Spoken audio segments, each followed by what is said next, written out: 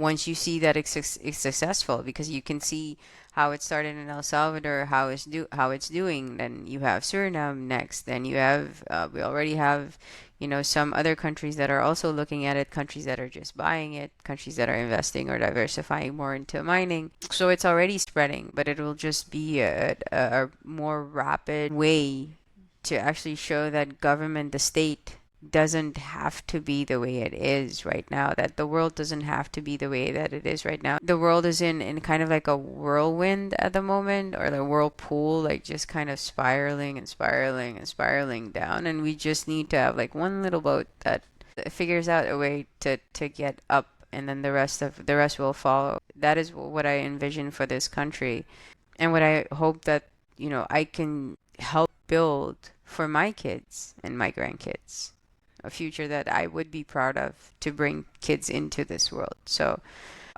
yeah, that's what I'm dedicating the rest of my life toward.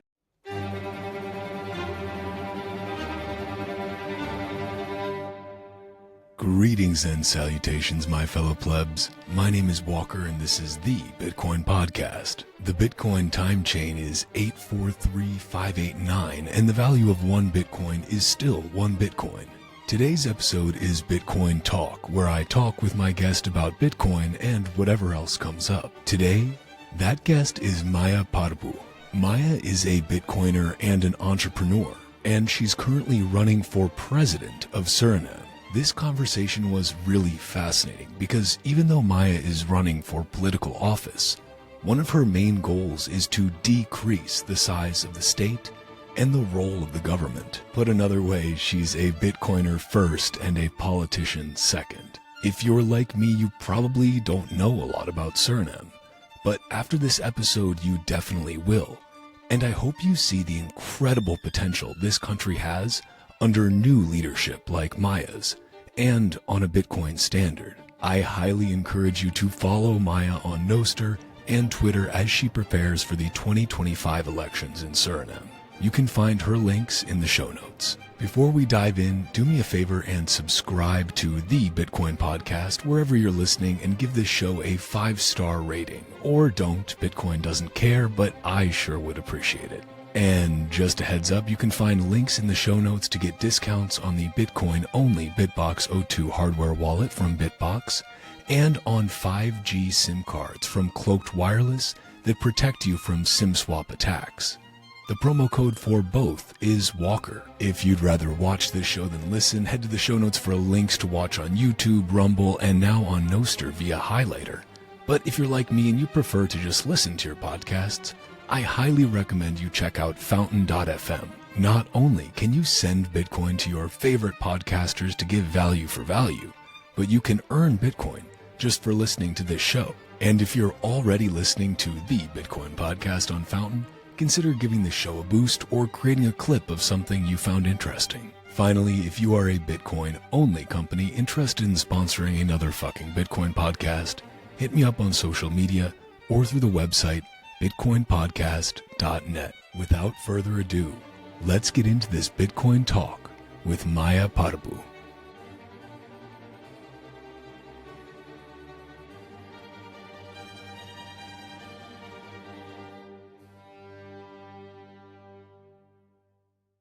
How's it going? It's been since Prague, yeah? Yeah, it's almost a year now, right? Yeah. That's wild. We had this, this whole baby thing, and now it's like time's already strange in the Bitcoin space, and now it's just like even more strange. So Really? yeah, it feels like it was yesterday, but like now there's Yeah. just like this little human alongside us too. So like very clearly showing us the passage of time. Oh, Well, that is adorable. That is. I've got to say also, you are definitely the first presidential candidate I have had on this show. So Oh, interesting. yeah, I know it's shocking I haven't interviewed tons of presidential candidates yet, but I'm very honored that you would be the first one on here. So welcome. Thanks for having me. Yeah.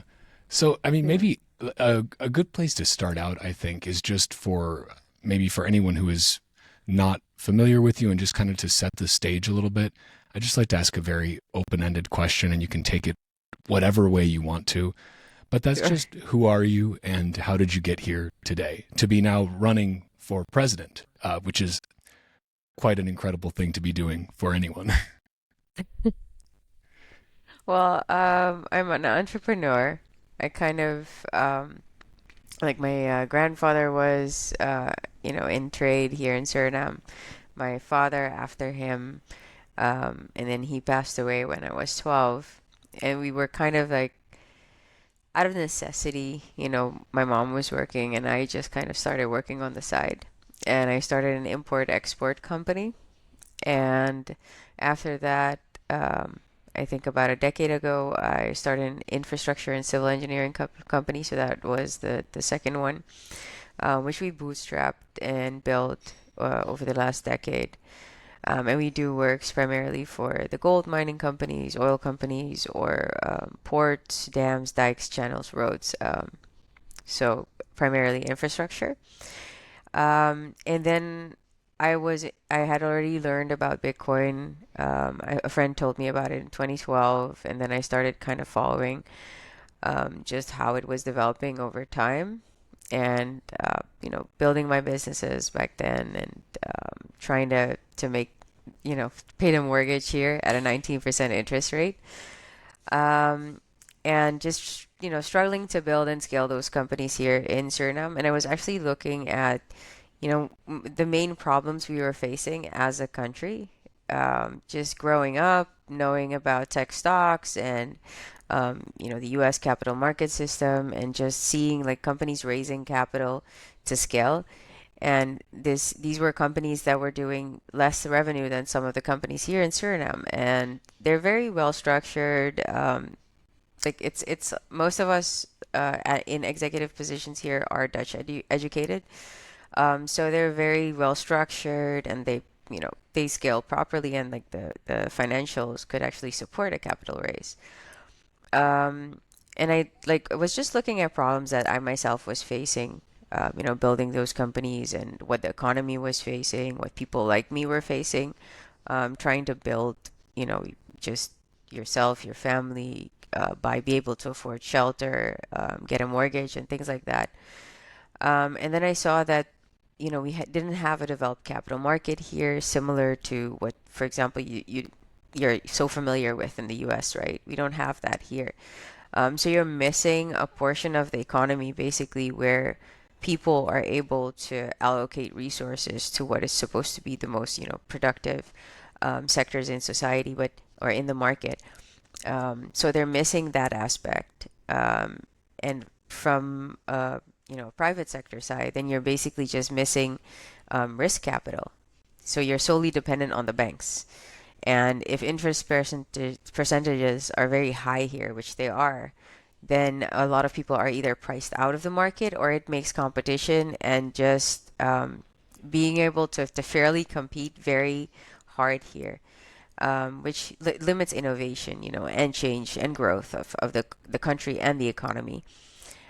So I started looking at the capital market. It was still early days in Bitcoin. I was in Whirlpool all the time talking and trying to convince them that Suriname would be great for Bitcoin adoption, specifically because of this reason. Like Satoshi created Bitcoin because after the 2008 financial crisis, we don't have a capital market at all. So we can build it from scratch, from the ground up, which is a unique opportunity using Bitcoin at its core. But the problem back then was, how do you do that? There was no Taproot, there was no Chaumian Mints, there was no federated protocol or anything back then. So it was still a bit hard to figure out. So we started on focusing on an exchange, thinking that would be the sly roundabout way to increase Bitcoin adoption, but also use or build that capital market with Bitcoin at its core. Um, Along that process, we've been working here with the central bank. There's a sandbox that's been established at the central bank. Fintech policy for the country was developed, and we've been in that process for such a long time that we just started to focus on, creating a solution for the entire industry, or more people than just Suriname. But using the struggles that we face here and the infrastructure that is available to build that foundation, because you don't have the legacy infrastructure you have in Western economies, right? So that can creates a unique opportunity to innovate without that existing infrastructure, you know, kind of like even limiting the way you think, because you're so used to certain things just being there and being accessible and being easy, that you don't realize what we have here, and the issues that we face here, especially with the amount of people that are, also still unbanked. It's still a cash-based economy. We have no online payment methods. You can't just easily integrate anything to accept, Visa or MasterCard. Um, People that debit cards don't have Visa or Master on them. It's just a local card that you can only use here. So websites and online shopping never really took off here yet, because it's just not there. And then you can use, integrate Bitcoin as payment method. And now, like a tour guide, for example, he integrated it yesterday, and now he can accept payments from anywhere in the world. So that's basically my tumbling down the rabbit hole. I went to El Salvador in 2021 to try and kind of get to also lobby for Suriname. And out of that, or after that, actually, came a conversation with, I think it was a friend of mine, Daniel. He sent me a link to 21.world. I was asking, how do I get what's happened in El Salvador in Suriname? And then I started with 21.world that created a Dutch community. I've been just actually like trying to contribute as much as I can for the past year. And I was kind of bugging Samson to come to Suriname, because I asked someone, I think it was Edwin. I asked him, from of Gen 3, I asked him, how do I get adoption like El Salvador in Suriname? He says, convince Samson to get on a plane. So then I just basically, yeah, I put that, that's the target. I need to convince Samson to come to Suriname. He needs to see this country. He needs to understand why, because you don't really get it until you've actually been here. I've had that with because there are a bunch of Bitcoiners moving here now, and I've had it with a lot that I've traveled here to, that they get it when they're here. That's when they see like, oh, these people really need Bitcoin. Like this exchange rate it's annoying or exhausting the way it fluctuates. Unable to exchange, SRD easily for a foreign currency, and just the way you need to transact, it's pretty stressful. And when you see people, standing in lines at ATMs, when you hear what the interest rates is at a bank, for a mortgage, now would be around 18-19%. So just imagine trying to build, to buy a home for your family, or build a future for your family, and that is what you need to pay annually in interest. Um, and we've had a lot of issues with just government corruption, and I'd always been advocating against it. Um, and being a political activist is never easy here, right? Like you're constantly like complaining about government, basically, or complaining about the central bank. Like the central bank did open market operations, something that I had also, discussed with the governor then. But the whole point was to be able to, at least in some way, in the interim, be able to control the interest rates, or be able to lower them, because they had just gotten the ability to buy U.S. treasuries. And then what they did is they now offer short-term bonds for 90%. It's gone down a little bit to 69%, but it's still the highest in the world. So you've had that. I've been very vocal about that, and I've been very vocal about corruption in the country. Um, so that has given me a certain reputation here. I've been advocating for Bitcoin for over 6 years here. So I've spoken at the ICT conferences here. I've been on TV about it here. So everybody knows me as the Bitcoin lady. Uh, I love it. so that yeah, so that locally is already like they already know that here. But basically, it created kind of a platform or a way for us to you know allow, for example, Samson to come here. He had meetings with the president, with the central bank, with several officials here and several companies here. Um, and it was an amazing experience. The president was very, adamant about being a global leader in terms of Bitcoin. And in the meantime, several scandals have come out, and one of which being that the presidential advisor that is supposed to advise him on this proposal is mining or has been mining Bitcoin since 2022 with subsidized energy. So it's been a little bit, yeah, it's been a little Yeah. bit rough here. Um, but there is a payment commission that has been installed. So hopefully over the next couple of months, we'll have Bitcoin as legal tender, at least under this government. Um, and either way, I'm running in the next election. So that is a little bit Samson's fault too. He's the one that kind of pushed me over the edge. Yeah. Okay. Well, I mean, I think then a lot of people should probably be thanking Samson for giving you that push. Uh, I appreciate the background, and there's a number of things I want to dig into with that, because I think maybe a good starting point is like you just mentioned. First of all, unbanked, the amount of the population that's unbanked, but presumably I think like the mobile phone penetration is actually quite high, like probably in the Yes, 80s, something yes. like that. So it's Yeah, more again than you have a 80%. so you have kind of this perfect storm of difficulty accessing banks, but hey, people have mobile phones or smartphones, at the least feature phones, and that's fantastic. The other thing is just on the currency side. So the Surinamese dollar, I was just doing a little bit of prep for this, looking into it, and of course I just start checking. Okay, like Surinamese dollar and IMF and devaluations, and it's like, oh wow, who could have thunk the IMF has suggested that there be several, structural adjustments over the years Yeah. to increase export competitiveness, as they say. And what does that really mean? Well, it means overnight you devalue by, I think there were a couple of like 20, 30%, and then even larger ones more recently. And it's just such a sad thing to see. Like you can, you bring up the chart versus USD on Google, and it's like, okay, all of a sudden you have these drops off a cliff where you're like, oh, well, that's an IMF structural adjustment devaluation of the currency. Like that's just so sad to see.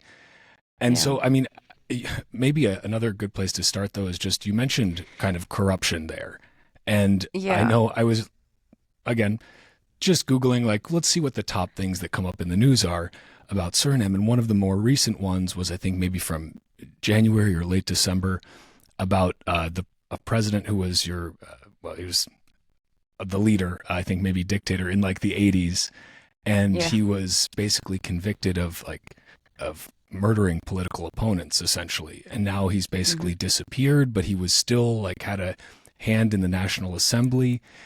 Yeah. So corruption's interesting because obviously every country has corruption. Like it's not like there is any country whose hands are clean. The United Hmm. States' hands certainly are not clean. Uh, some countries are just better at hiding it than others, right?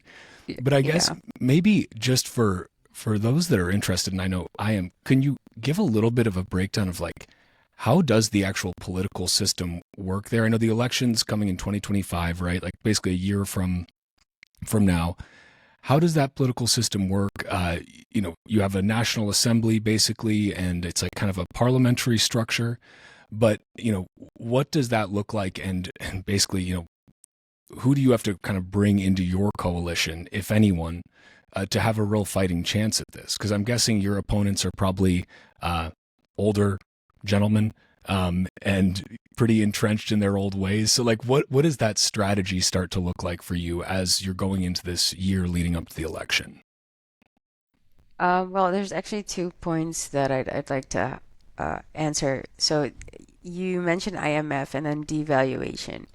But to clarify, the open market operations, the IMF told them that they needed to do them, but they didn't say what percentage. And from the central bank, they asked the commercial banks what they did an auction, they held an auction, and the commercial banks decided what percentage. So they get 98, 89 something percent after 6 months. in SRD for the SRD that they take from the people and use to invest into these. So that's corruption at its core in the financial sector, with the central bank. It's to me blatant money printing and just devaluing the currency without, basically stating that you're doing that. And they've recently issued a new one at a lower percentage, but that one will come out right after the elections. So the That's timing of it is convenient. also, Yeah. yeah, very convenient. Um, so you have systemic corruption in financial institutions happening. That that has happened for wow, a really long time. I think ever since we gained our independence in 1975.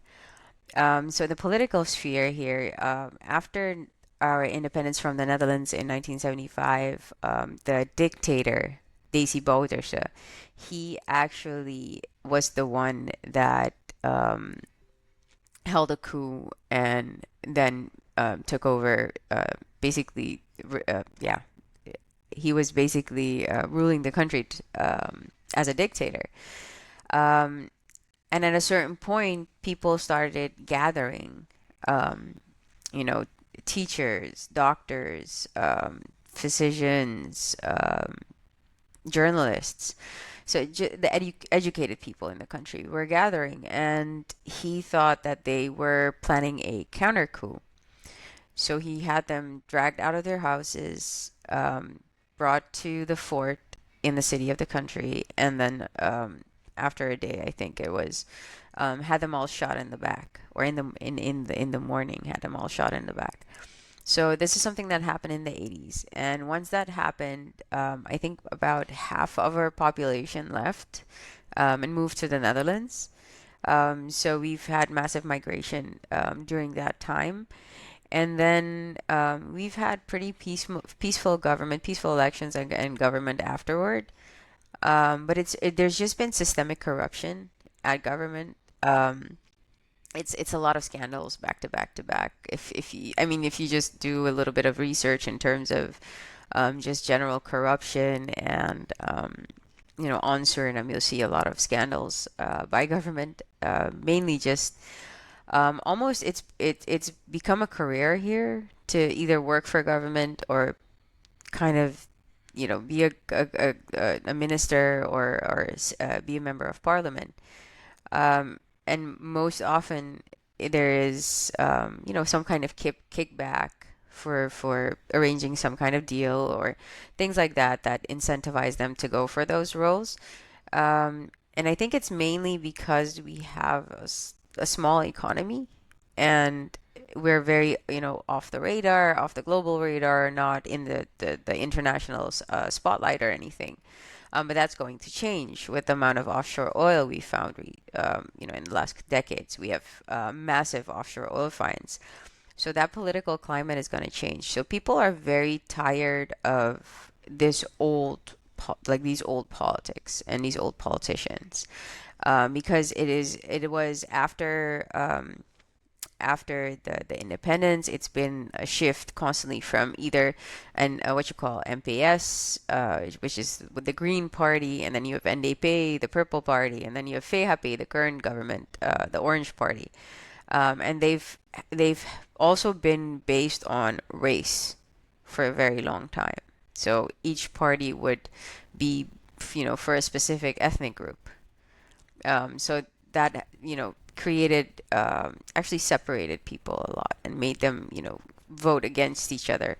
Um, so in Dutch we call it verdelen en heerspolitiek. It's you divide and conquer basically. Um, and each government has had their massive amounts of corruption, and it's gotten um, really, really, really bad over the years, and it's gotten worse with every government. So this government, honestly, they don't give a fuck. And this is like senior advisors or people that who are independent from government but have been a CEO of the oil company or something, like they're people that are aware of each government, and then they they themselves say, this government really does not care. They haven't done anything in 3 years. It's been one scandal after the other. Um, and my generation is just tired.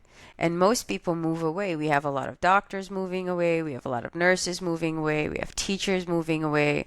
People looking for hope and prosperity somewhere else, right? So you're kind of just wondering, like, we need change right now. And 40% of voters are under 35, who we all know, what the rest of the world is like. We can see it on our phones daily. So we know that things can be different. But when you get off the airplane here, it's like you're going back into time.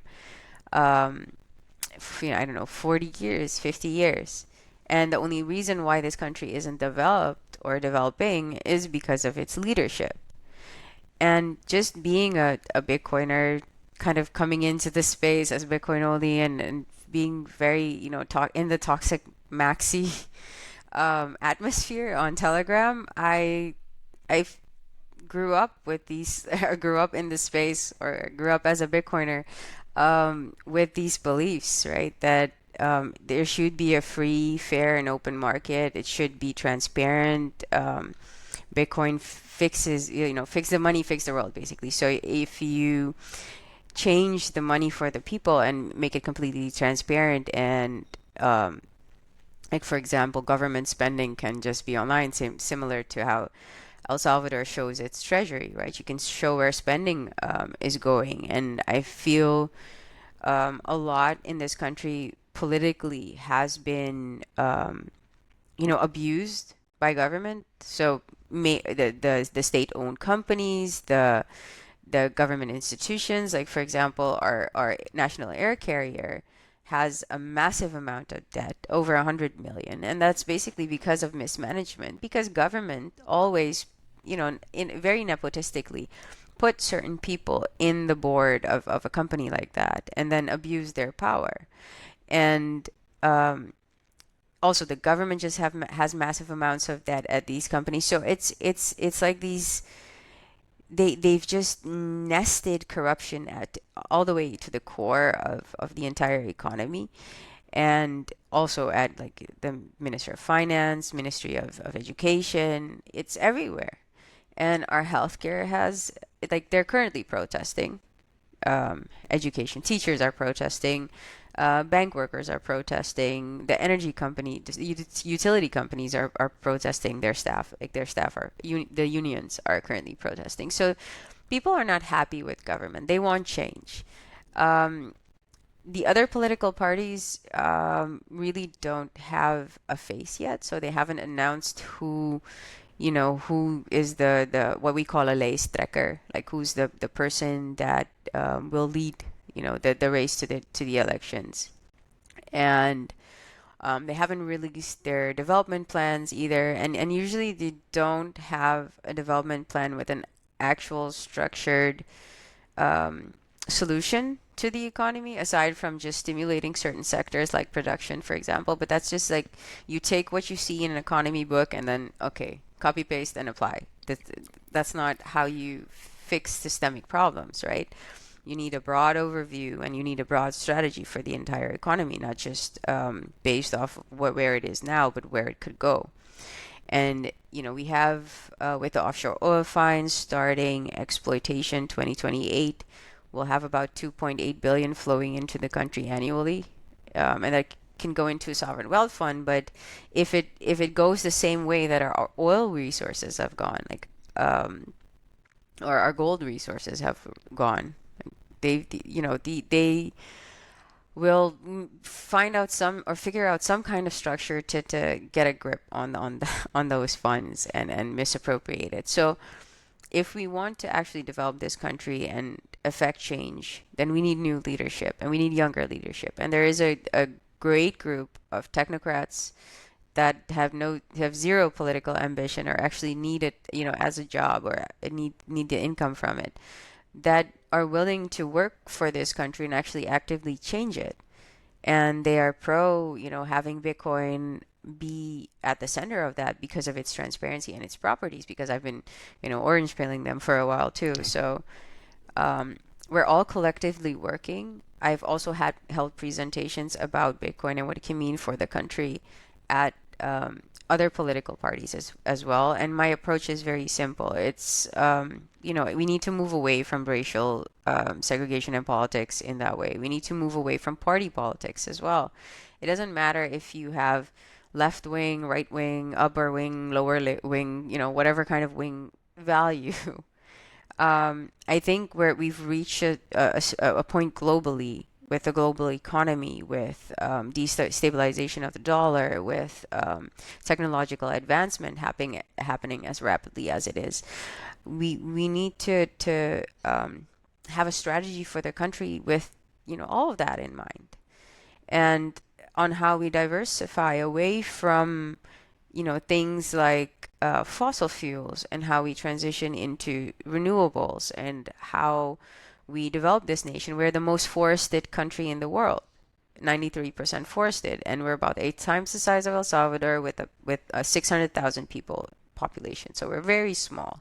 We have massive offshore oil finds. It's estimated more than Qatar. So we'll be a global leader in oil, which means we need to lay a foundation that can be, the future for future generations here. And I believe taking what, Bukele has done in El Salvador is beautiful, but it's still, I think, for him, a much bigger challenge than it is for us.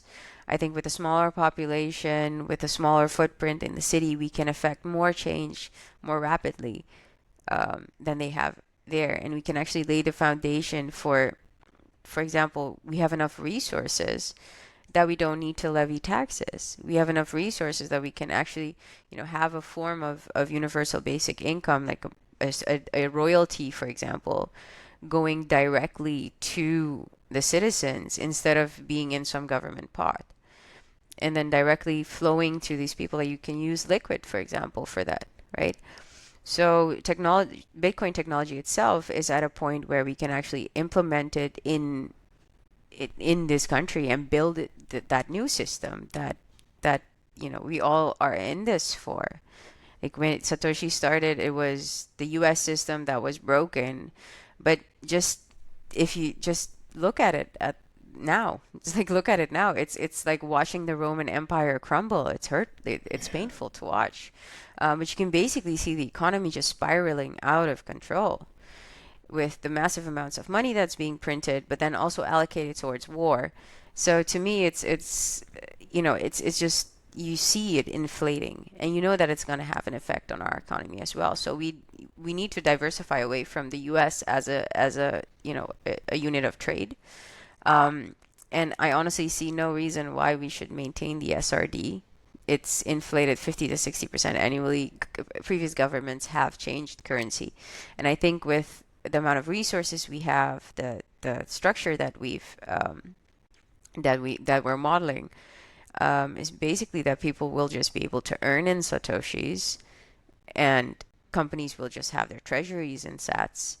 So you'll see your salary increasing in relation to every other fiat currency in the world. You'll see, your treasury increasing, except for when it takes a 38% dive, of course, which happens every now and then. But I actually Bitcoin saved my own companies, because when I saw what was going to happen with the economy, and COVID hit, I saw that it would be happening double. One, we were going to have massive inflation here, and two, the global economy was going to take a hit. So, how do you hedge, right? How do you protect your company? So I converted everything to Bitcoin, and that is the only reason why we survived as long as we did. So I see it as a way for people to have a currency that is it's the payment layer of the internet.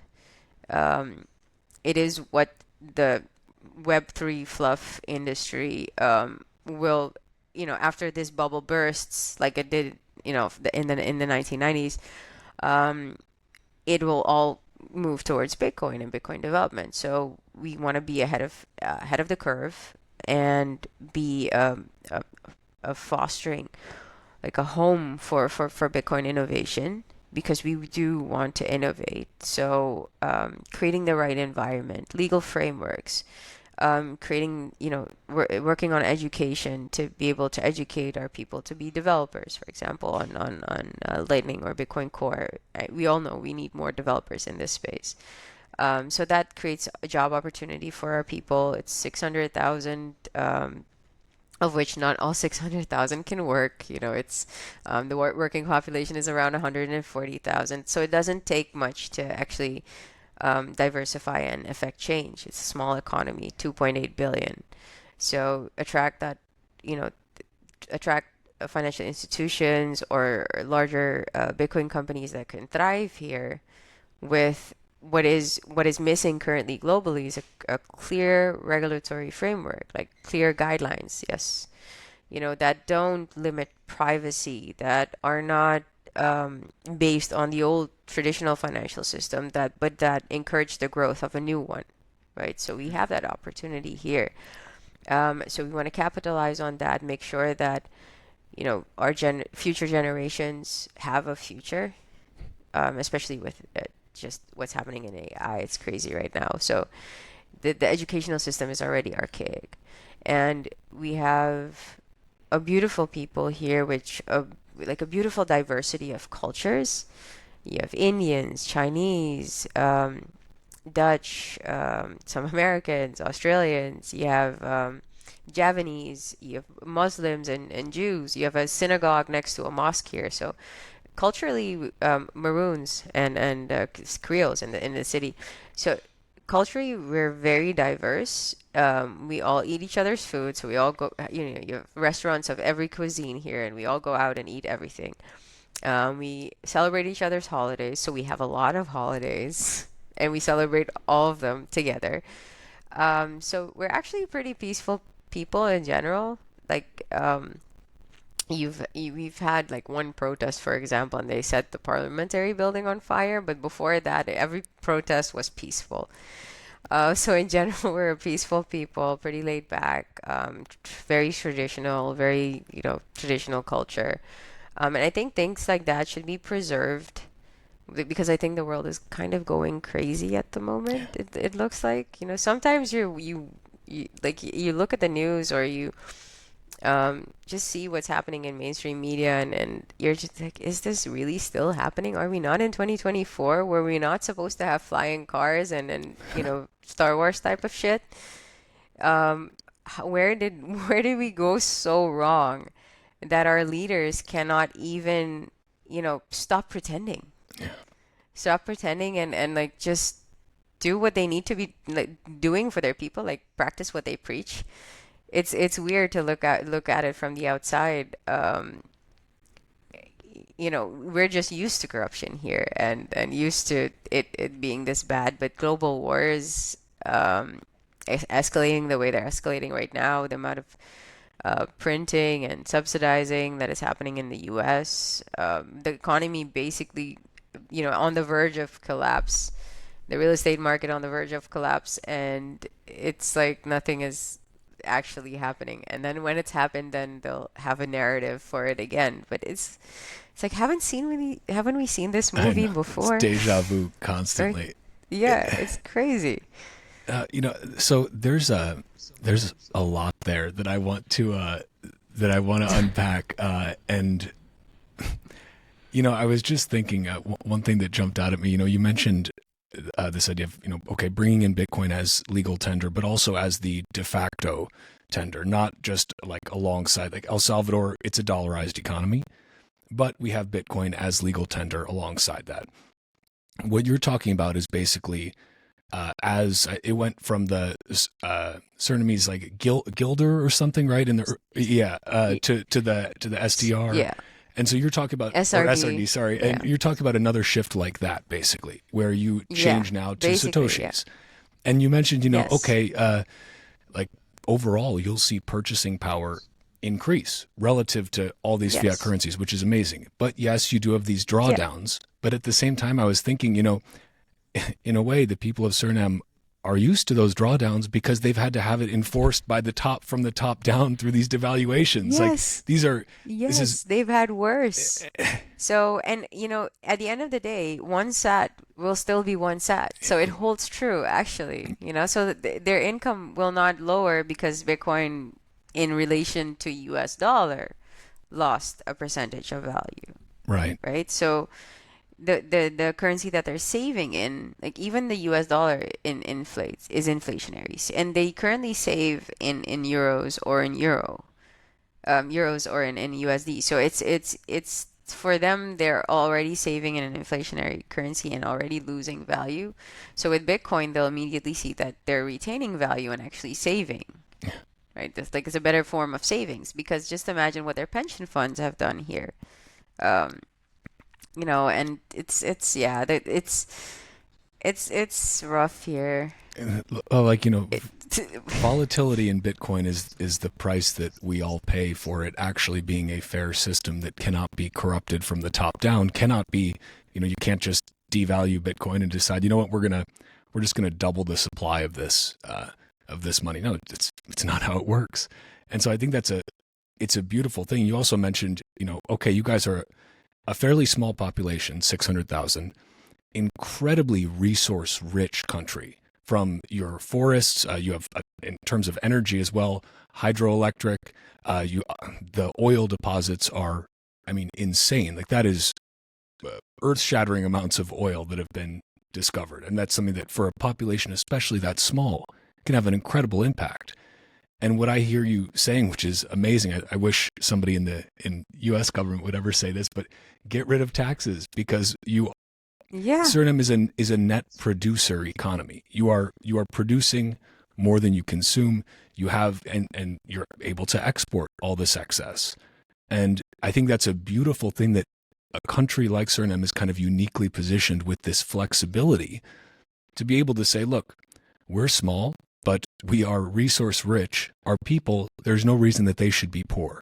There is absolutely no reason. And why are we extracting more of their hard-earned money when we're just devaluing it overnight anyway?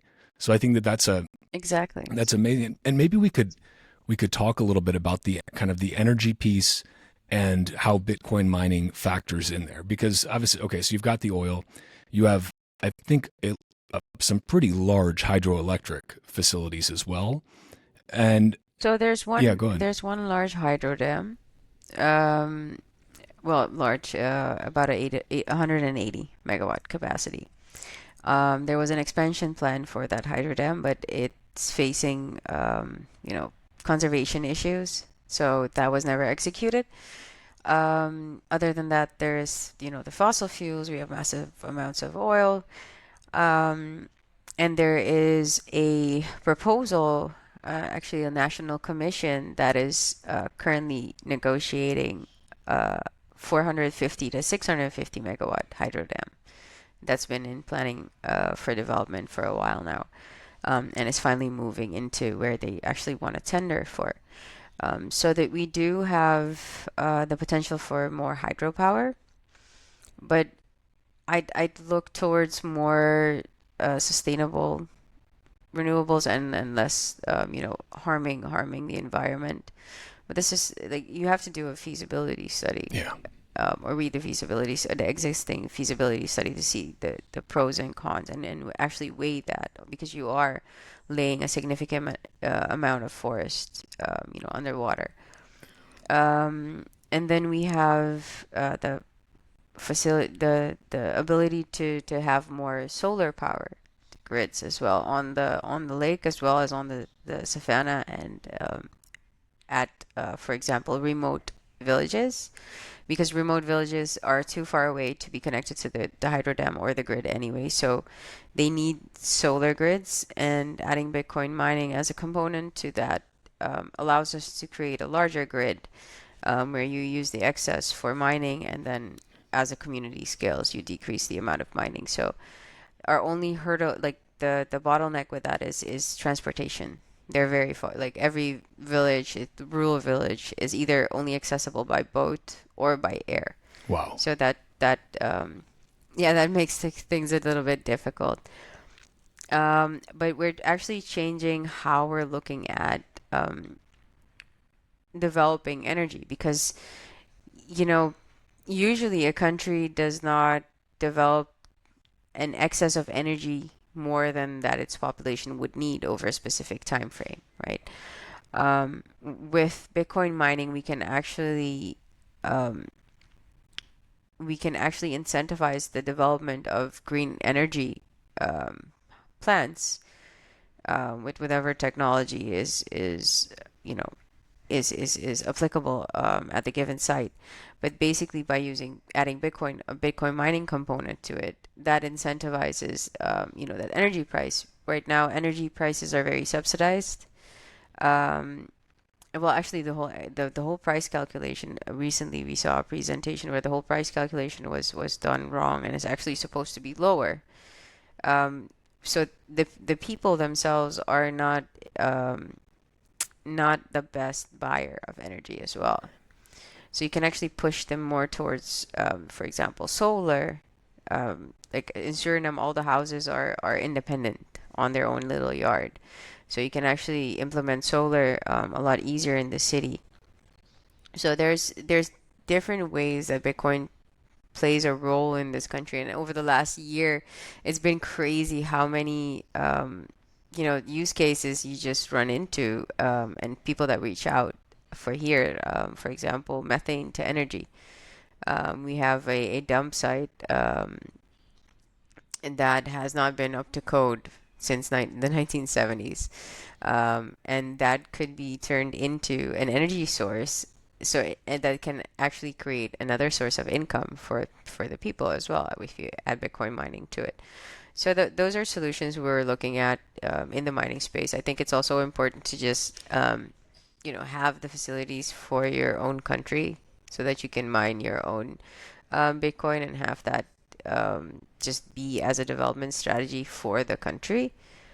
And I'm just, yeah, I No, think I definitely decentralizing mining in general in terms of geolocation. I love it. And you mentioned just the methane from landfills, and I know I had Daniel Batten on this show a few episodes Hmm. ago, and what they're doing is just incredible. And the fact that you can legitimately turn trash into treasure, i.e., Bitcoin, is amazing, while also reducing the harm that those landfills are doing to communities nearby. And I mean, you're generating revenue. And in this case, if you're doing it at a sovereign level, even better. I'm also curious, just in terms of other renewable sources, if you're thinking at all about OTEC, the ocean thermal, Yes. because I just also had Yeah. Nate Harmon on, and he was mentioning that they Oh. may be working with some country in Latin America. Now I'm wondering. He said he couldn't say too much, so I won't push you either. But I mean, your Suriname is equatorial, like it's right by the equator there, so you are in literally one of the best possible places to do ocean thermal. So I was just Yes. wondering if that was also on your radar a little bit. Yeah. Okay. They're actually having a meeting now Oh, I'm missing that meeting because wow. I'm in Well, this I'm one. I'm really In I'm this. really honored that you're on this one. But that's fantastic. So see, you're already two steps ahead. Yeah. I mean, this is the incredible thing. Like Suriname is a small country. I've never been, but I Mhm. really look forward to traveling there. Hopefully someday soon. Energy rich, incredibly diverse population, and one that is probably, as you've said from the political structure, often difficult to all get rallied behind a particular cause because of how divisive the politics are. How has the reception been, just either from people you've talked to or other folks in government, even if they're kind of on different sides, they're waving different colored flags, whatever.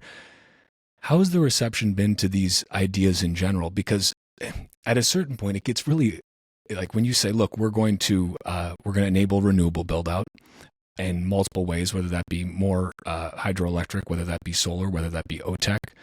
We have ways to be able to get rid of taxes for our people and to also just become more independent as a net producer nation going forward." I guess, how has the reception been, and are you getting Are you getting pushback from people, and what does that pushback look like, I guess? What's the biggest kind of hurdle to get over when you're talking about these ideas, which may sound crazy at first, but once you dig into them, it's like, oh, well, this, it seems too good to be true almost, but it is true. It can happen. Yeah, well, it is here it's mainly a positive reaction from almost all political parties. Also because they've been hearing me speak about this for almost 6 years. And then now I've been on the media in the last couple of weeks about the Bitcoin mining site actually at the dam. So I've been in the media speaking about it actively, and I've held presentation at other political parties as well. And the conversations that we're having, I'm very open. I'm very transparent. Like I had no political ambition, and I swear to God, if I could do this, make it so that everything was automated on top of Bitcoin and just happens transparently, and I could just move on to something else, that would be the best possible outcome.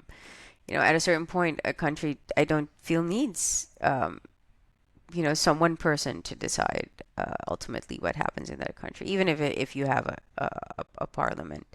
I don't feel like that is a necessity with the technology that we have. Um, so that is the ultimate dream. I mean, that's kind of a But radical thing to say these days. Like, I want to get to the point where I'm running for a position so that I can make changes that will make my position irrelevant. That's it's kind exactly, of a that is the beautiful thing. dream. That is the dream, yeah. So I've been very transparent in these conversations, and I've said we need to move away from what I said earlier, party politics, and have a focus and a vision for developing this country. I need to collaborate.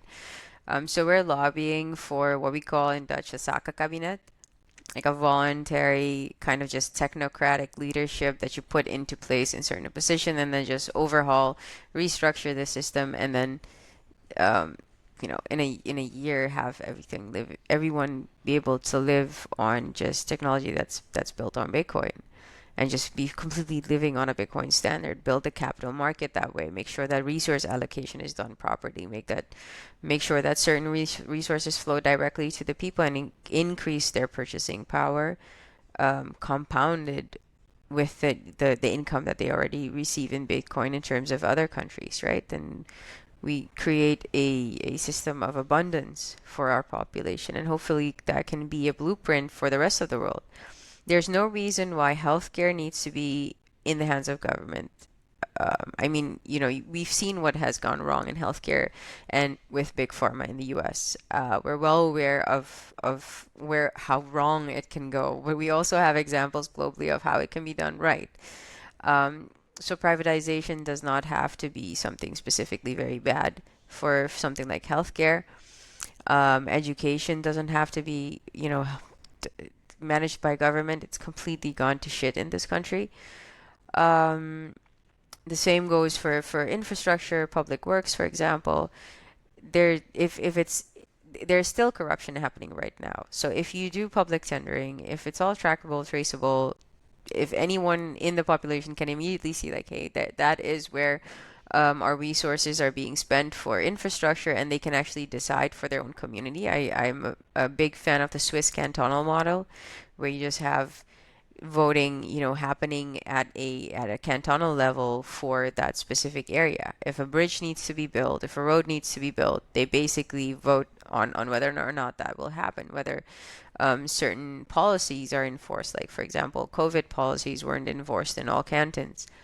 So bringing the decision making back to the people, where it's actually, who to whom it is actually relevant, giving them power over their natural resources, because those are right now just abused, and then given to friends of politicians, or used by politicians, or by very small handful of people that have power in this country. So it's very it's a very inefficient system.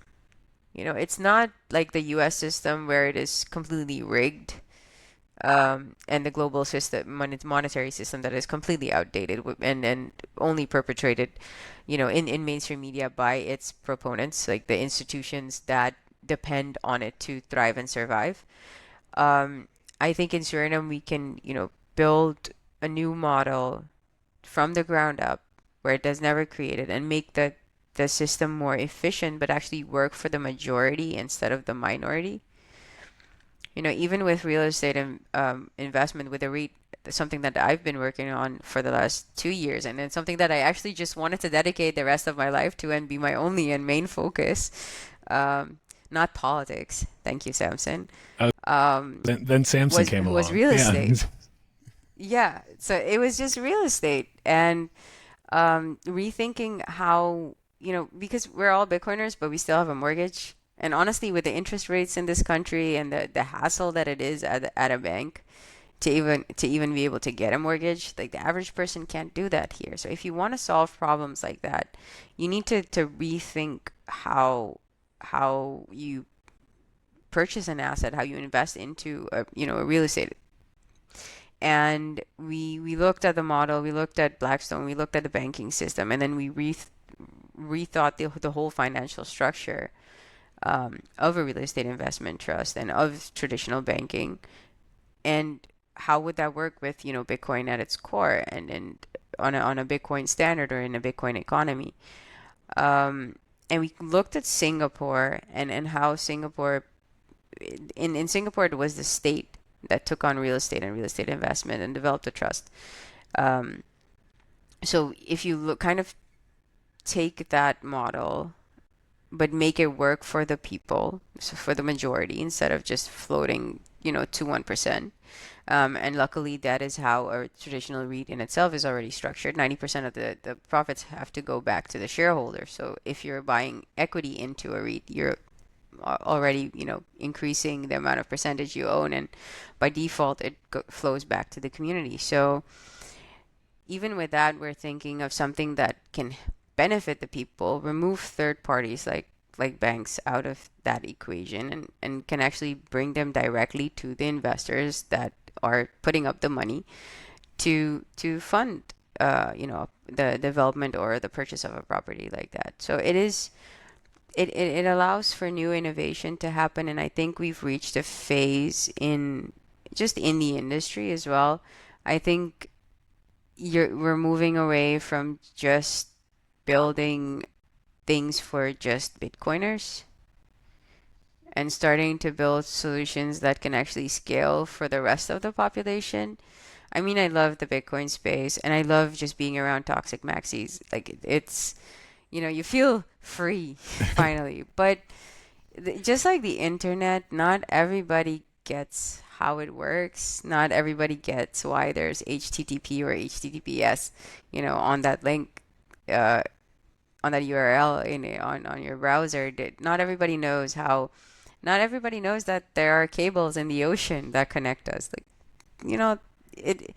There are not that many people that actually understand how the internet works, but they use it every day. And I have the same thing here. I try to orange pill people. The community has grown from 3 people at a meetup to now more than 100. Yeah, the response and outreach by political parties, by companies, by just people in general has been amazing. Um, but still, it takes them a while to learn, and understand exactly what Bitcoin is because it is a lot. And even when you think you realize you don't really know anything at all, right? And you just keep learning and keep learning and keep going deeper down that rabbit hole. So it's a journey for everyone. And I think if we keep requiring people to, or force people to learn how to do it our way, that we shut out a lot of the people that do want to use it but can't, right? Or don't know how. And the learning curve is just too steep. And I love solutions that are very easy to use, like the NFC cards, with Blink or whatever wallet integrates them.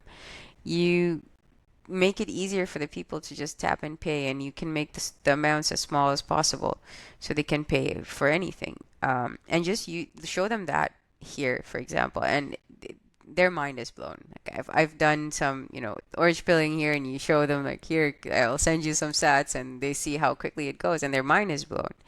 So I think stop trying to over explain. I mean, do explain, do educate, right? But show them more what it can do for them and what it can mean for them. And I think especially um, come the elections, being able to have that type of transparency and have government completely transparent online is the complete opposite of what they're having right now.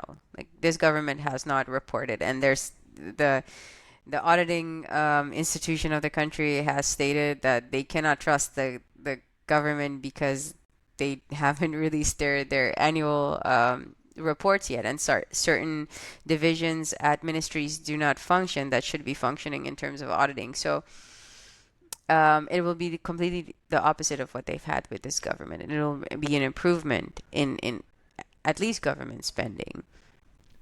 And if you privatize and automate away a lot of the bureaucracy that there is in these departments, because a lot of these ministries we don't even need, um, and just diversify the economy away from mainly half of our population works for government at the moment. So we need to diversify them away from government because every government hires about 9 to 10,000, sometimes 6,000 people. So every government just made that government machine a little bit too heavy. Like there's not even enough work for the people that are working there to do. So upskilling, reskilling, and diversifying them, creating other job opportunities for them in technology would be, I think, the best strategy for the next at least 5 years to focus on to get us where we need to be in 2030. This is such a radically refreshing thing to hear from some. I feel bad even calling you a politician because I think it has this almost like dirty connotation these days, like, oh, they're a politician. Like it seems almost unfair Yes. to call you that because what you're suggesting is a complete rethinking of how the modern state should function, and a kind of a radical transparency from what it sounds like, really like minimalism when it comes to actual state apparatus size. And it's just honestly incredibly refreshing to hear something like that. I do have to wonder, given the number of people that work for the state bureaucracy in Suriname, do you foresee a good amount of pushback when it comes to, like, if you're running on a platform of, I want to minimize the state, uh, I have to imagine there's going to be a good amount of pushback against that. But I would hope that at the same time, what you're proposing as, look, I'm not trying to take away your job. I'm trying to put you in a position to get a job that is actually productive, actually producing value versus more extractionary. If you live in a country where the government is only ever increasing in size, like I do, you want to make sure you keep your Bitcoin safe from their old, wrinkly, greedy, kleptocratic hands. So, head to bitbox.swiss/walker and use the promo code WALKER for 5% off the fully open source, Bitcoin only, Bitbox O2 hardware wallet. Then get your Bitcoin off the exchange and into your own custody. The Bitbox O2 is easy as hell to use, whether you are brand new to Bitcoin and it's your first hardware wallet, or you're a seasoned psychopath and you've got a couple dozen. Again, it is Bitcoin only, and again, it is fully open source. You can head to their GitHub and verify that for yourself. There is no need to trust me. Plus, when you go to bitbox.swiss/walker and use the promo code WALKER, not only do you get 5% off, but you also help support this fucking podcast. So thank you.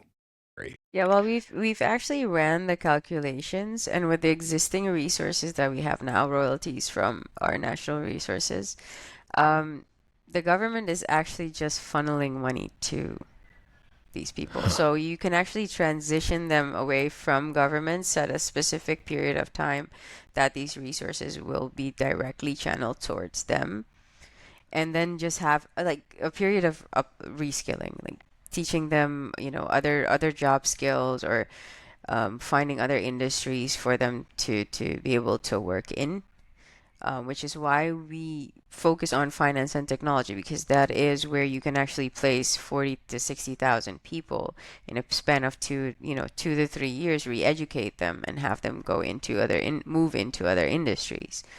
Um, so that's how we're looking to solve this problem even before we receive royalties from offshore oil.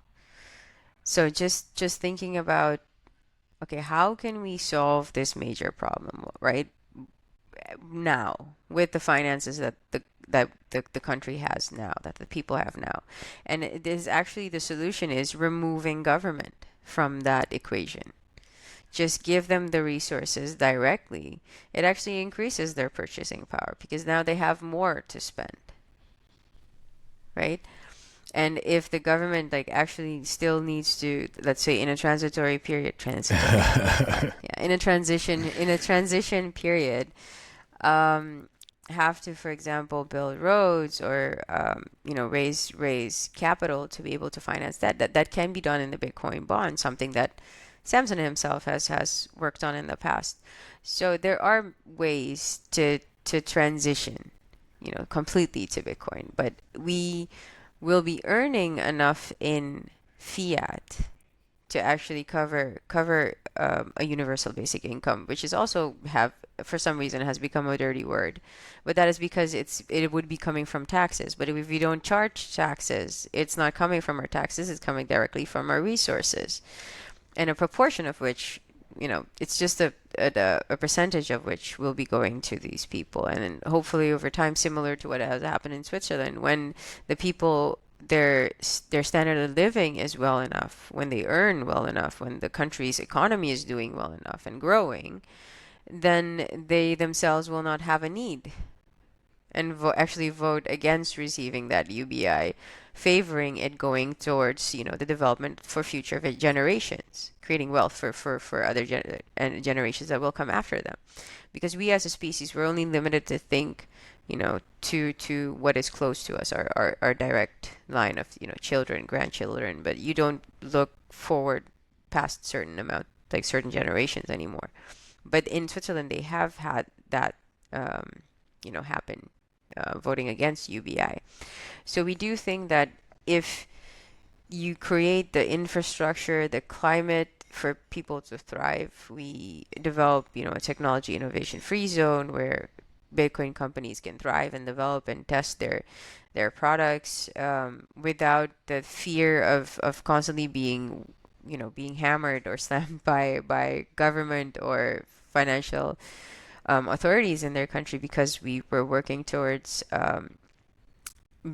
actually being a breeding ground for development that creates jobs, right, for locals and other sectors that they can diversify into that would have never existed before. So we create this funnel and whirlwind, hopefully similar to what El Salvador also has had, an increase in tourism, increase in talent moving there, attracting foreign capital and talent. I mean, there's no lack of US dollars in the world. There's enough that has been printed in the last 3 years, so we should be able to attract some decent, significant investment into the countries, specifically because we'll be doing multiples in real estate. If you look at Guyana next door, you can kind of predict what our country is going to do in terms of GDP growth, right? They did during COVID years 40%. During years where other countries were doing negative GDP growth, they were doing 48% year over year. So they've also built are building a significant sovereign wealth fund similar to what we'll be doing starting in 2028. So the future is bright. We just need to have a strategy on how we can change and adapt it.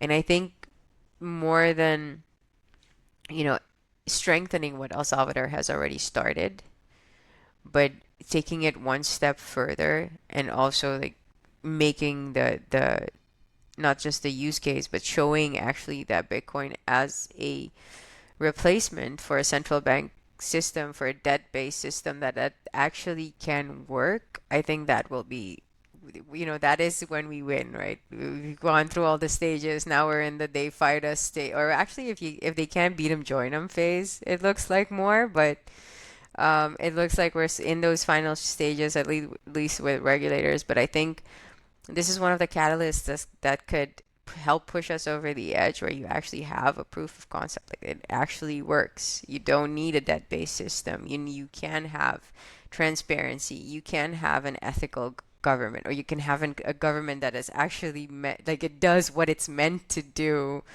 without, yeah, manipulating or yeah, rigging the system to benefit it, a certain amount of its members, but that it actually works for the people, and that is actually of this age.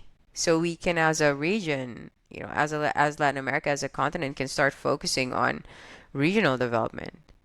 Developing roads from each country to the other, improving trade. I think Bukele also spoke about this, improving trade in between these countries, because we don't even have roads that connect us.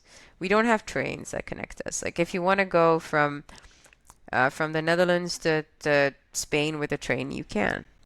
If you want to do that here, you can. You can be in one country or the other in a couple of hours, without needing to make some kind of weird layover somewhere. So it doesn't really make sense. We're not very collaborative amongst each other. So we need to make a shift into a strategy that is not the same as what the West has been preaching or pretending to preach. Um, right? It's basically just focused on issues of the moment, issues at hand, but nothing really, proposing a different dynamic than what has already been. So I feel like we, as a continent, we have twice the population of the U.S. We have, a diversity of resources and culture and rainforest. We are the lungs of the world right now. Um, so that we should be in a position to have a seat at the global table and the global conversation, and be able to, create a vision for the development of our continent without the interference or influence of just US companies or European companies that tell us what or how we need to do it. Um, it's mainly the Googles coming in here and, building a headquarters, and basically that is what the future will be. Starlink, distributes satellites all over the world. That is the internet that we'll be using. We don't even have a seat or companies that can compete at that level, because most of the resources of our nations have been flowing to those to develop them. So I believe it's time for the entire continent to change, and hopefully the rest of the world can then, I'm assuming this will take about a decade, um, the rest of the world can follow suit. And then we can move from being a species that constantly needs to fight war to one that can, like, I don't know, can we live like Trekkies? Am I allowed to say Absolutely. that? No, what I love is that when you're describing these plans, it's very obvious that you're not thinking in like 4 or 5 year election cycles. Like in the U.S. we have 4 year cycles, and all plans are typically measured in those 4 year cycles, because politicians know they've got to promise something before the election. Then they've got 4 years to blame the other party for why they weren't able to actually accomplish what they wanted to do. And then when they run again, they get to reuse the same thing for the next election to say, but this time I'm going to get it done. And over and over ad nauseum. But the way that you're talking about your Yeah. plans, you're talking in decades. Like you're talking about in generations, not just, okay, what am I going to do to get elected? But no. You're already thinking about second and third order effects of, okay, yeah, like UBI, a very contentious issue, no doubt, because usually the way it's proposed by people in the US or in Canada, for example, or in the EU, it's going to be funded by a combination of printing fiat and taxes, with just enough taxes enough taxing the rich happening, that they can cover over the money printing that's actually funding it. but it's always just it's a short-term band-aid. They say, well, the cost of living is so high, we should give everyone UBI, and that'll fix it. But of course, that's only going to exacerbate the cost of living because they're doing it via fiat printing. What you're suggesting is we have abundant resources. We are a net producer, so we can give those dividends back to our people without needing to print fiat to do so. And I think that's a really fundamental difference in UBI approaches for anyone, but for Bitcoiners especially, who hear UBI and think, what is this socialist crap? Like that, Yeah. a country that is productive and is not just extracting resources from its population and then devaluing their savings through fiat printing should be able to give dividends back to its people. Like it should be run like a well-oiled machine, like a state corporation. And I'm not suggesting fascism here to anyone listening, just to clarify, but I think that it's a nice thing to hear somebody talk about plans in terms of generations.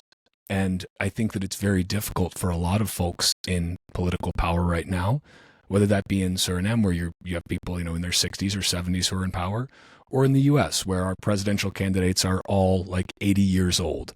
Like, how can they possibly think long term when their lives are almost over?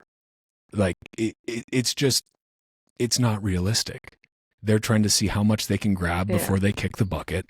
And, that's about as far as they think. And so I just want to say it's very cool to hear this.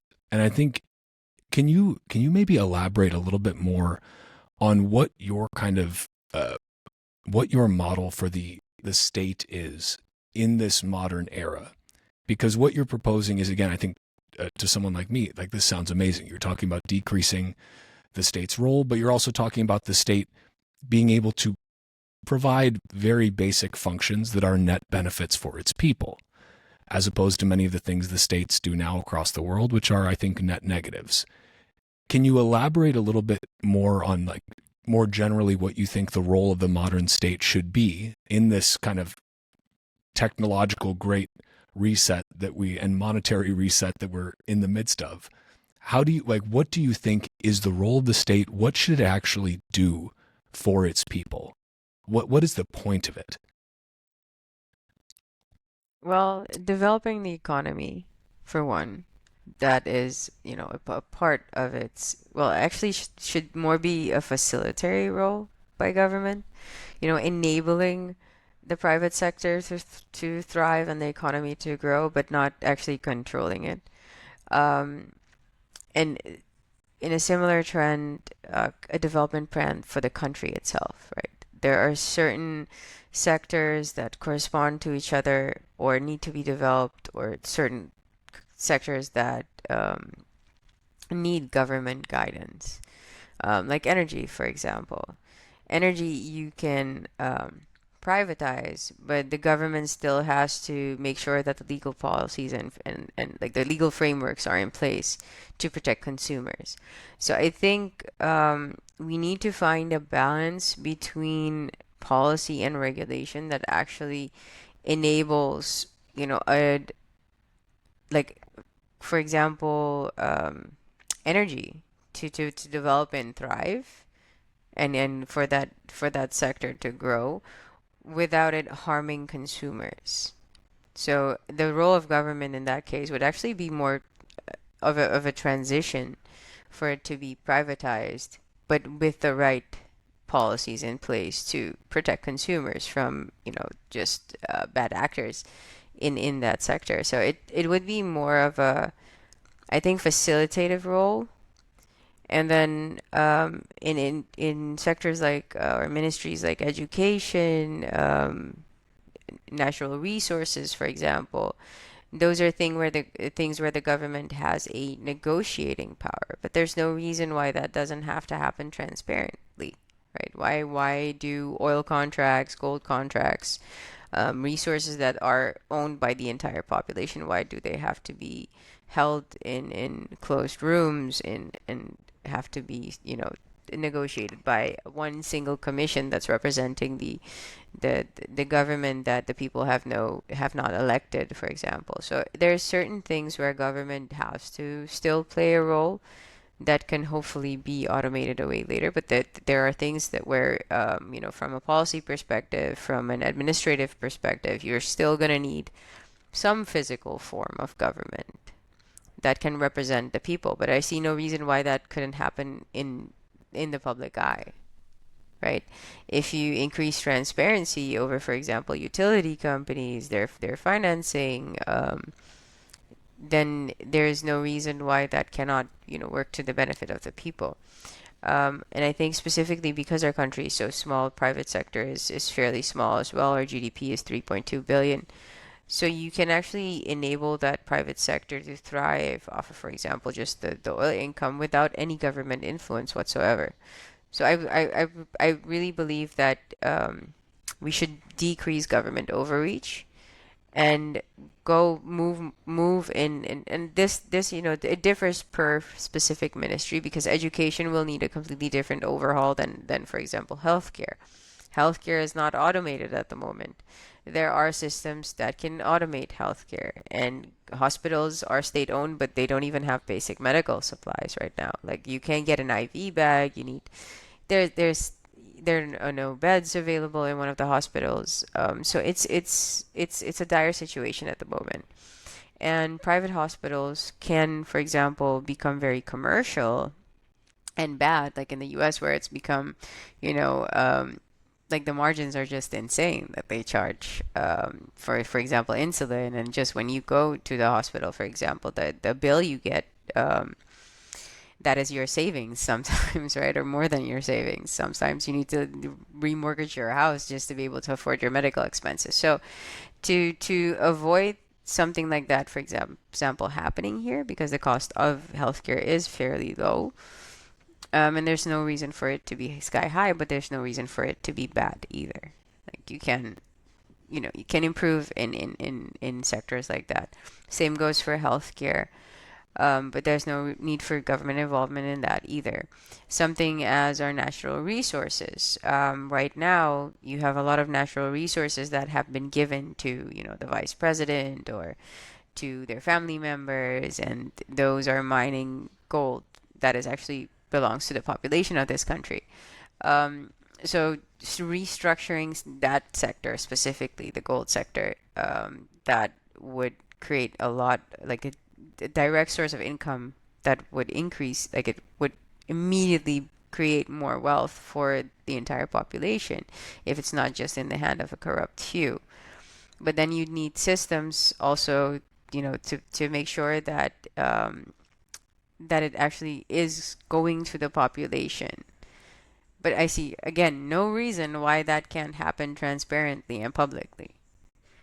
If you're not planning on doing any corruption, not nobody on our team is incentivized to need some kind of, I don't know, additional income coming from this, because honestly we do well enough as entrepreneurs on our own, and we can probably earn more than you would in SRD. I think a minister right now makes, I think, 1,200 US if you convert it to US dollars. So it's not, we're not incentivized. That is not why we're doing this. We have a love of this country. We still like to see it develop. We have hope in its future, and we see how bad it is right now. Like everybody on the team is fighting against, corruption at some point, and has been in the media at some point about corruption. So we want to see change, and I think we're all very innovative. We're, technocrats. We prefer to see solutions that use just the latest technology. Like, what is the use of all of this inefficiency and bureaucracy?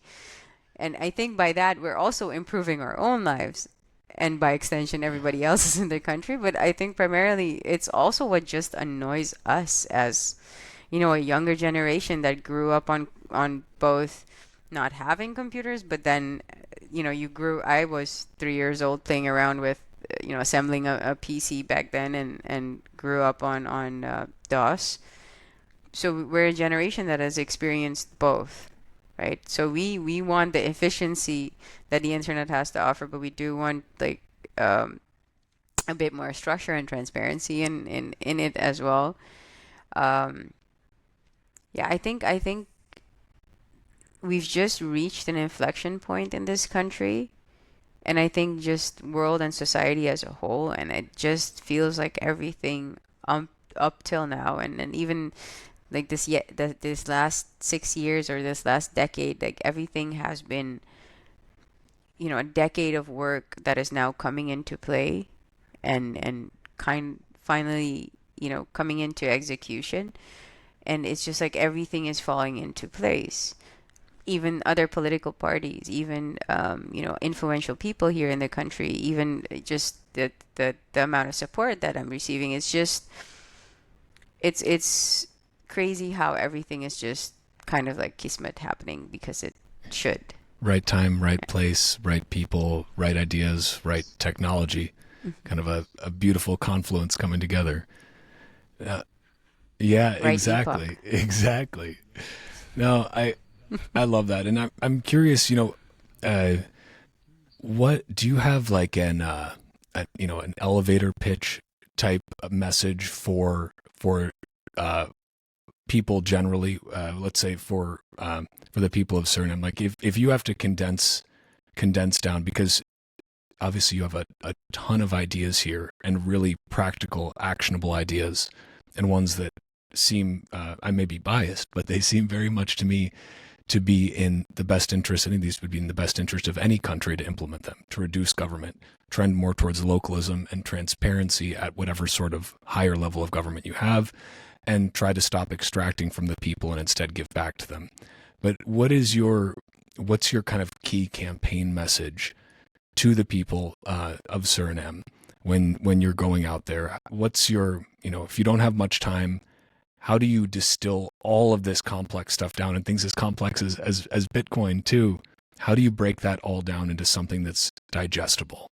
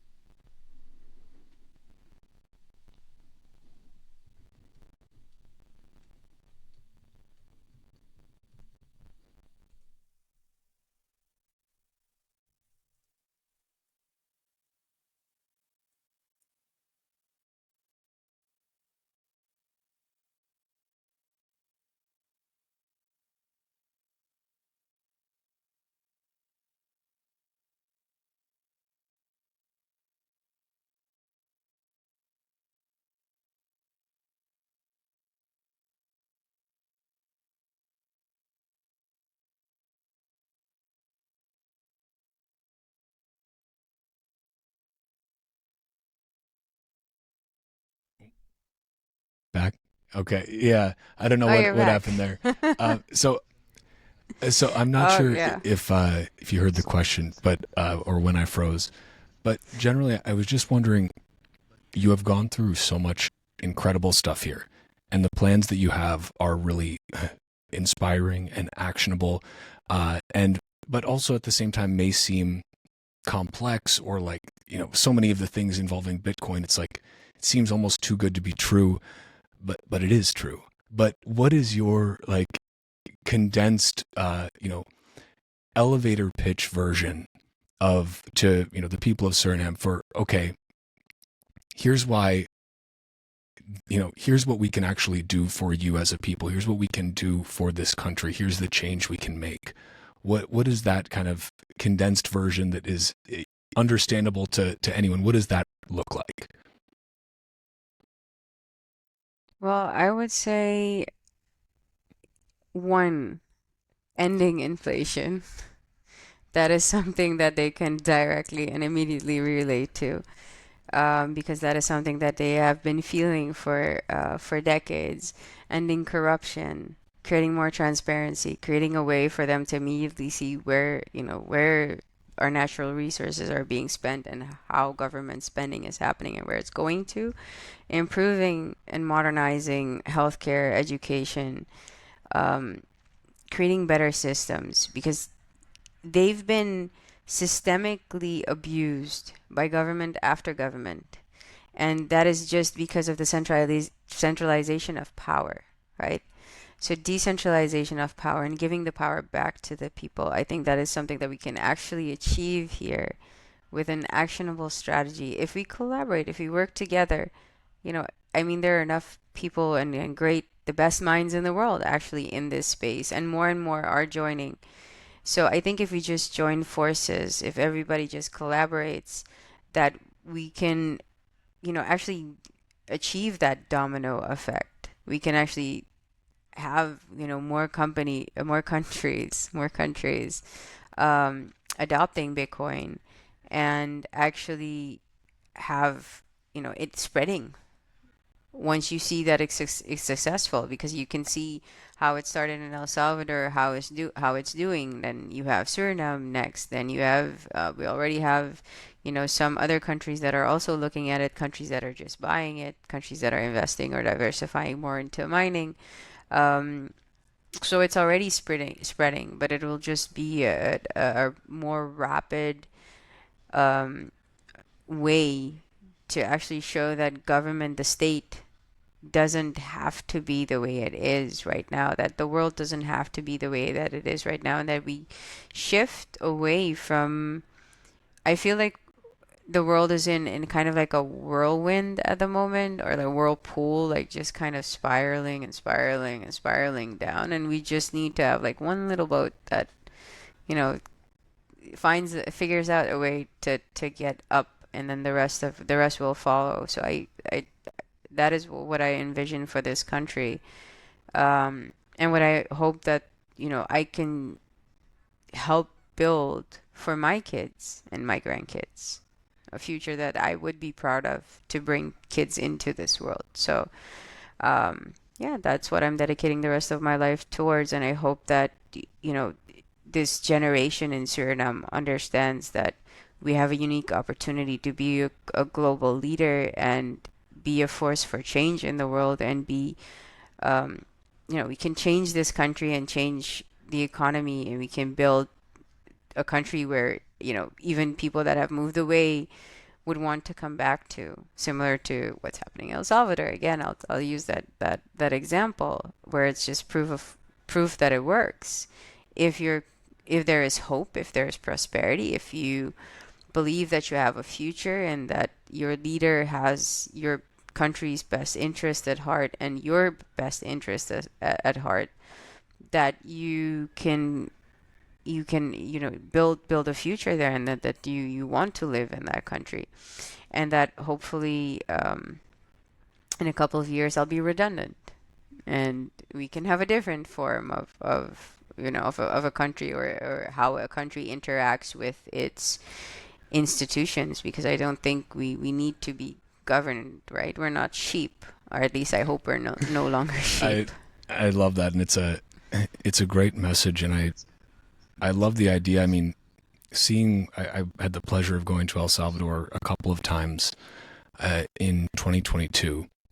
Ended up going back the same year for adopting Bitcoin. Went there just for a vacation on a whim to see what it was all about, and then was back a couple months later, and just loved it, and loved the genuine hope and excitement for the future that people had. That you could genuinely feel that it was palpable. Agreed. And of course, not every, you truly cannot please everyone all the time.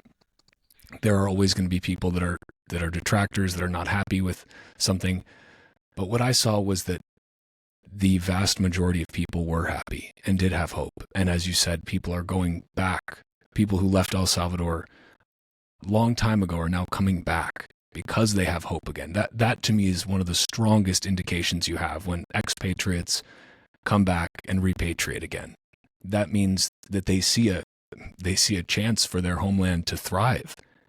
And that's a powerful thing. And I think, these countries like El Salvador, like Suriname, that are small enough where perhaps a lot of the world forgot about them for a while, or the only times that they would be appearing in the Western press was for corruption or gang violence, like in El Salvador, only negative things. Now you're seeing that narrative shift, and in a really positive direction, and shift quickly. And I think that's kind of the beautiful thing, is that it's like this entrenched corruption or entrenched violence, it can be around for truly decades, for generations. But it just takes one generation of leaders and of people who are willing to, to take a step out of that. Like you said, to steer their boat out of that vortex of doom. It just takes that one generation to be able to make really powerful changes that then set up the future generations to actually have a homeland that is one they can really be proud of. And so I think I absolutely love what you're doing. I wish you nothing but success. I don't think you need luck. It seems that you've got a lot else going for you. But I am curious, and for anyone listening to this, if there are Bitcoiners who say, I love what Maya's doing, I want to somehow help. I'm not from Suriname, but like, what is the best way that Bitcoiners or anyone listening can support your efforts, can try and make a difference? Are there grassroots initiatives in Suriname that they can donate to, or that they can volunteer for, or come visit? Or what's the best way for people to be able to make some sort of contribution, monetary or otherwise?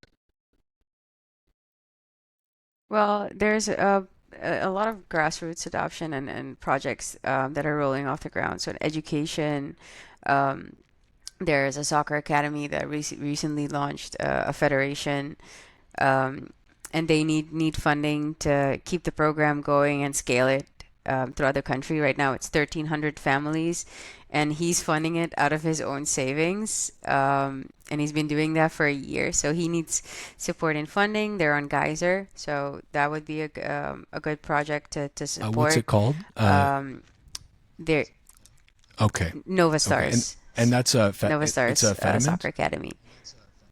That's awesome. Yes, That's a really cool. Fediment. Yeah, and we have other grassroots projects that could use help, in terms of education. We the soccer academy also wants to teach the kids skills, so development skills. So that is somewhere where we need help. But I'd say just join the Bitcoin Sranang Telegram group, and then basically offer to explain what you can do, because that is also something, people come into the group and say that they want to help, but we don't know where we could actually use their help. So just hop into the Telegram group, and there's, Surinamese already in there, Bitcoiners from the Bitcoin community here already in there. So just offer your help and or move That's here. another good option. We need more Yeah. people on the ground too, and actually people are moving here. So start off in Telegram if you can, but visit I if you I can. think Carl and I will have to take you up on the visit. Bring the little one with us too. Awesome! I'd love I'll to host you drop the guys. links for their geyser, and then also for this Telegram group. I'll drop that in the show notes as well. And for folks who want to connect with you, Nostr, Twitter, I'll drop them in there. Anywhere else they should go, or you want to send people? Yeah. Well, Yeah. it's not. It's mainly Nostr. Like yeah, I respond Yeah. later on X, but that's Well, usually the way to go. fantastic. I will. I'll link that at the top.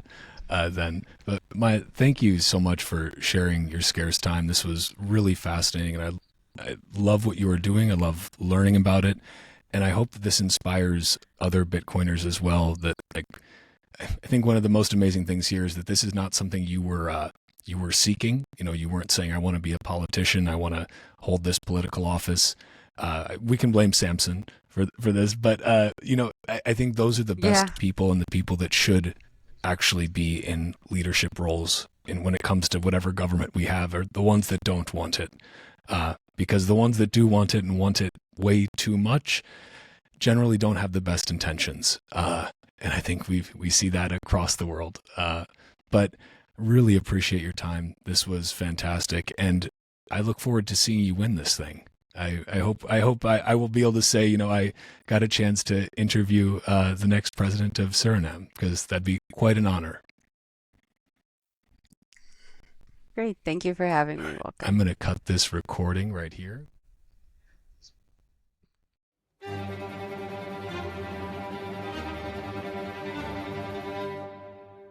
And that's a wrap on this Bitcoin Talk episode of the Bitcoin Podcast. If you're a Bitcoin-only company interested in sponsoring another fucking Bitcoin podcast, head to bitcoinpodcast.net/sponsor.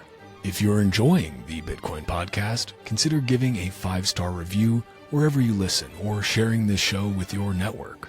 Or don't. Bitcoin doesn't care.